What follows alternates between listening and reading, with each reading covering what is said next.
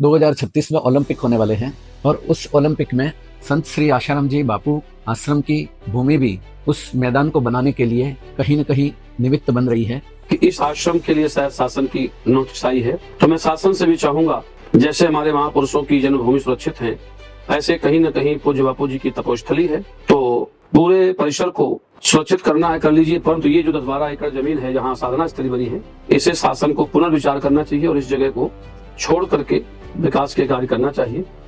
17,000 बाल संस्कार केंद्र चलते हैं जिसका प्रमुख सेंटर यही है और अन्य भी वहां पर गुरुकुल परंपरा भी चालू है 2006 से।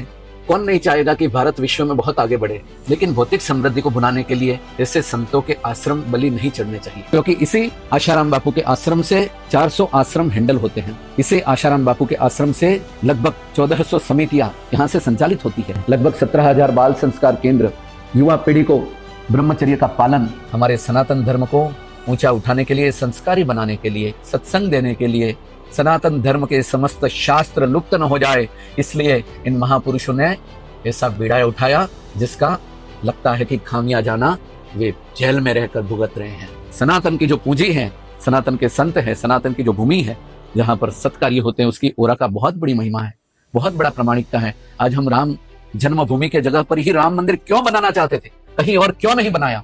आज कृष्ण जन्मभूमि के स्थान पर ही क्यों कृष्ण मंदिर बनाना चाहते हैं, कहीं और क्यों नहीं? ये कृष्ण की भूमि है, ये राम की भूमि है, कोई और विकल्प देखना भी चाहिए।